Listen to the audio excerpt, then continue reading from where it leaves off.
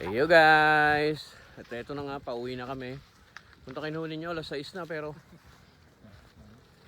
oo, maliwanag pa. Sobrang init kasi. Ayan. So, pauwi na kami sa bahay. Si Mama Aida, Daddy GR. Ayan na. Tapos na kaming tawag na rito? Maglipat ng mga baka namin para maging okay sila. So ayun guys, medyo ayos lang. Ganun ang buhay ng mga probinsyano at probinsyana. Masaya. Simple lang ang buhay, pero simple lang talaga. Yun lang.